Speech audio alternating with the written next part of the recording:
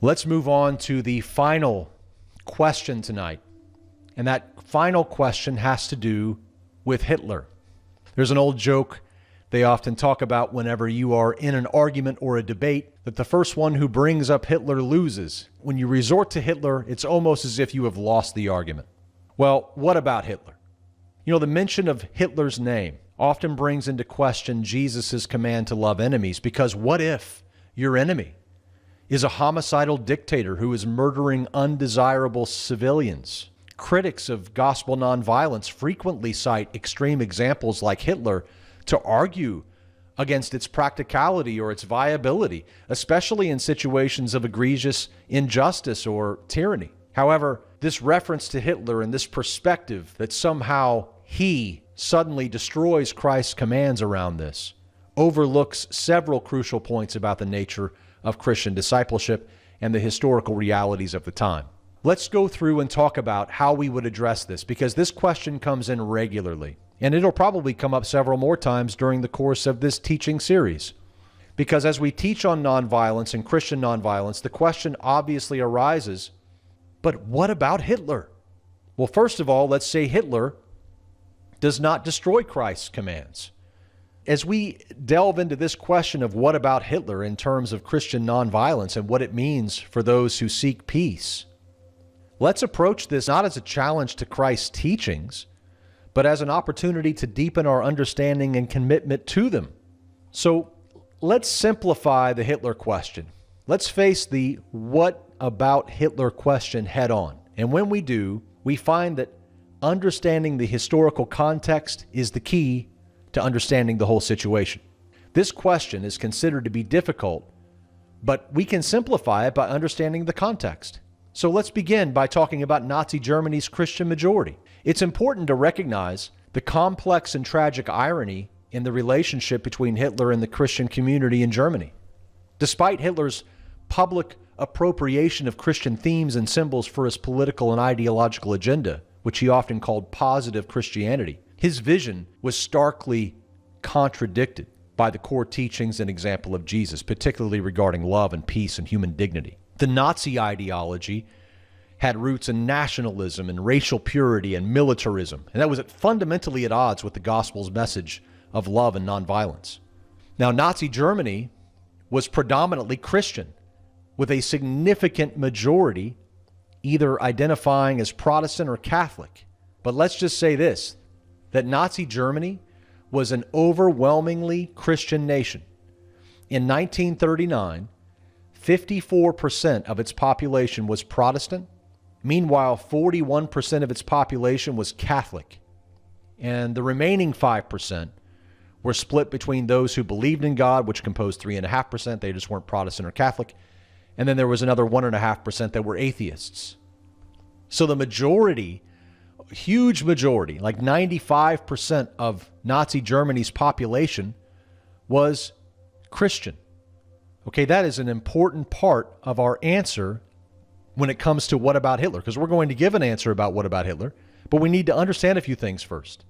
Namely, that Nazi Germany was predominantly a Christian nation. We also need to understand that Nazi Germany had Christian leadership. The Nazi Party, including its leadership, largely identified as Christian. The Nazi Party and the Nazi military leadership were largely Protestant. They were overwhelmingly Protestant, in fact, to the exclusion of Catholics, who they despised. And most of the 3 million Nazi Party members considered themselves Christians. Hitler was elected with significant support from German Christians. He commanded armies that included the majority Christian soldiers. And this raises profound and uncomfortable questions about the role of the church during this dark chapter of history. And it compels us to reflect upon the consequences of conflating religious faith with racialized nationalism, which can lead obviously to unspeakable atrocities like the Holocaust. Here is an image or a picture of a Nazi Germany military belt buckle. And there you'll see the eagle, the symbol of Nazi Germany, holding the swastika with its feet. And there you'll see in German along the top of the seal on the belt buckle that was worn by every German Nazi military official and later after the war by German police. It says Gott mit uns, meaning God with us. This, of course, is taken from Matthew 1:23, which refers to the prophecy written about Jesus in Isaiah 7:14. God with us on the belt buckle of the Nazi stormtrooper. God with us. What God are they talking about? Are they talking about the Islamic God? Are they talking about Allah? Who are they talking about? But then we have Hitler's portrayal as a Christian. Hitler portrayed himself and the Nazi movement as faithful Christians. By portraying himself and the Nazi movement as aligned with Christian values, Hitler exploited religious sentiment for political ends. And this manipulation reveals the importance of discerning the true teachings of Jesus from those who would misuse his name. Hitler portrayed himself as a Christian. And in fact, here's a quote from Adolf Hitler that may surprise you. In 1928, Hitler said in a speech, "We tolerate no one in our ranks who attacks the ideas of Christianity. Our movement is Christian." Now, why hasn't this been taught? Well, I would imagine it's probably because people are very embarrassed by the fact that Nazi Germany was so overtly Christian. We don't hear about this because obviously the winners write the history.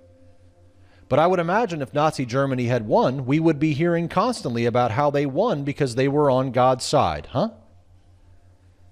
That would probably be the case, don't you think?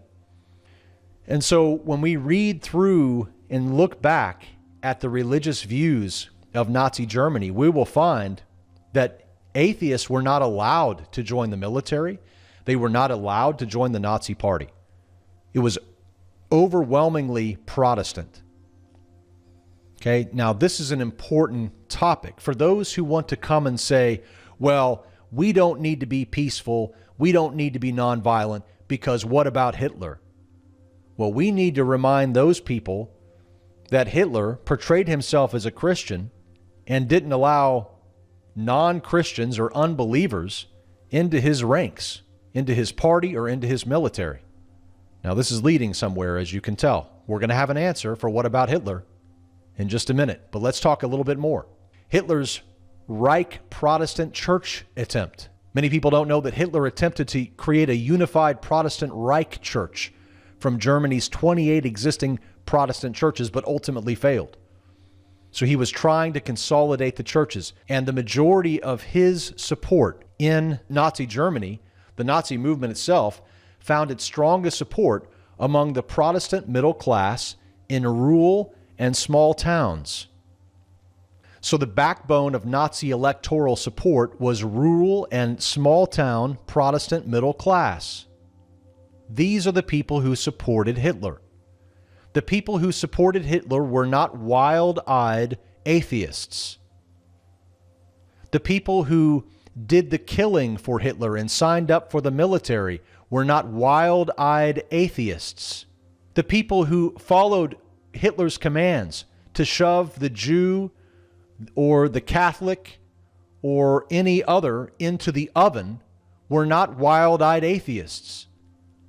Those who sent Jews from the train into the showers to be gassed through poison gas were not wild-eyed atheists. They had belt buckles that said God with us, and they believed that they had God on their side. They were churchgoers, Christian churchgoers, Protestants, Lutherans. The Protestant clergy and the laymen were generally supportive of the Nazi movement, especially the Lutherans. Many German Christians, and especially the leaders, believed that Hitler was heralding a new revelation and was the completion of the Protestant Reformation, which, by the way, began in Germany. So the general support of the Nazi movement by Protestant clergy and laymen serves as a sobering reminder of the potential for faith to be co-opted by racialized nationalism and extremism. So the question becomes, what about Hitler? So the person comes to us and says, well, I think all this stuff about nonviolence and peace, that all sounds great, Jerry, but what about Hitler? Well, we're not called to defend or sidestep the challenges that this presents us. but instead to reflect deeply on our own understanding of Christ's commands. The critical question then becomes, what might have been different if German Christians, both civilians and soldiers, had taken Jesus' command to love our enemies and live nonviolently more seriously? If the teachings of Christ had been followed with conviction and courage, could the collective refusal to participate in or active resistance against the machinery of war and genocide have altered the course of history?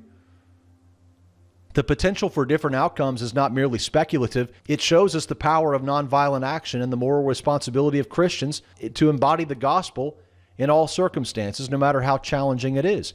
History provides us examples of individuals and groups who, driven by their Christian faith, chose the path of nonviolent resistance and paid a high price for their convictions. We have figures like Dietrich Bonhoeffer, who actively opposed the Nazi regime and was executed for his involvement in the resistance. The confessing church of Nazi Germany stood against the Nazis' attempts to co-opt Christianity for its agenda. So, in response to the question, what about Hitler? It's not enough to view Christian nonviolence as merely impractical or irrelevant in the face of evil. Instead, we must confront the painful realities of history with honesty and humility, acknowledging the times when the church itself failed to live up to Christ's call to nonviolence. Instead of telling Hitler, no, we will not shove Jews into ovens for you because we follow Christ, they went along because they thought that's how they were following Christ. Instead of looking Hitler in the eye and saying, no, we will not accept your rule. We will not follow your commands. We are Christians. We love our enemies. Instead, they willingly went along with Hitler. Now, this is not to condemn them. This is to show and acknowledge the fact that the church can be co-opted if it doesn't know the importance of nonviolent love of friends and enemies. And we've seen this over and over and over and over again. Hitler is just one in a million leaders who have co-opted Christianity, co-opted Christians, and told them that they don't have to be nonviolent, that they don't have to love their enemies. Instead, they need to kill their enemies. And that that's what God wants them to do. We're not trying to assign blame here. We are calling for a deeper faithfulness, a challenge to imagine what it truly means to follow Jesus in a world marked by violence and oppression. The question then is not so much, what about Hitler? Let me suggest to you that the question is, what about us? Here's how we answer the question of what about Hitler. We say that's not even a question. The question is, what about us? How do we respond to the complexities of our world with a commitment to nonviolence that is neither naive nor passive, but active and courageous? How do we bear witness to the gospel of peace in a way that challenges injustice, transforms conflicts, and heals broken communities without appealing to violence? These are the questions that should guide our reflection and action as followers of Christ as we commit to live out his radical nonviolent love in every aspect of our lives.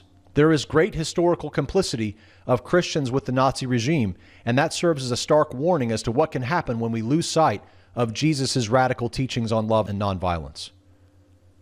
As followers of Christ, our response to evil is not to meet it with more violence, but to steadfastly embody the nonviolent love of Jesus, even in the face of the greatest darkness.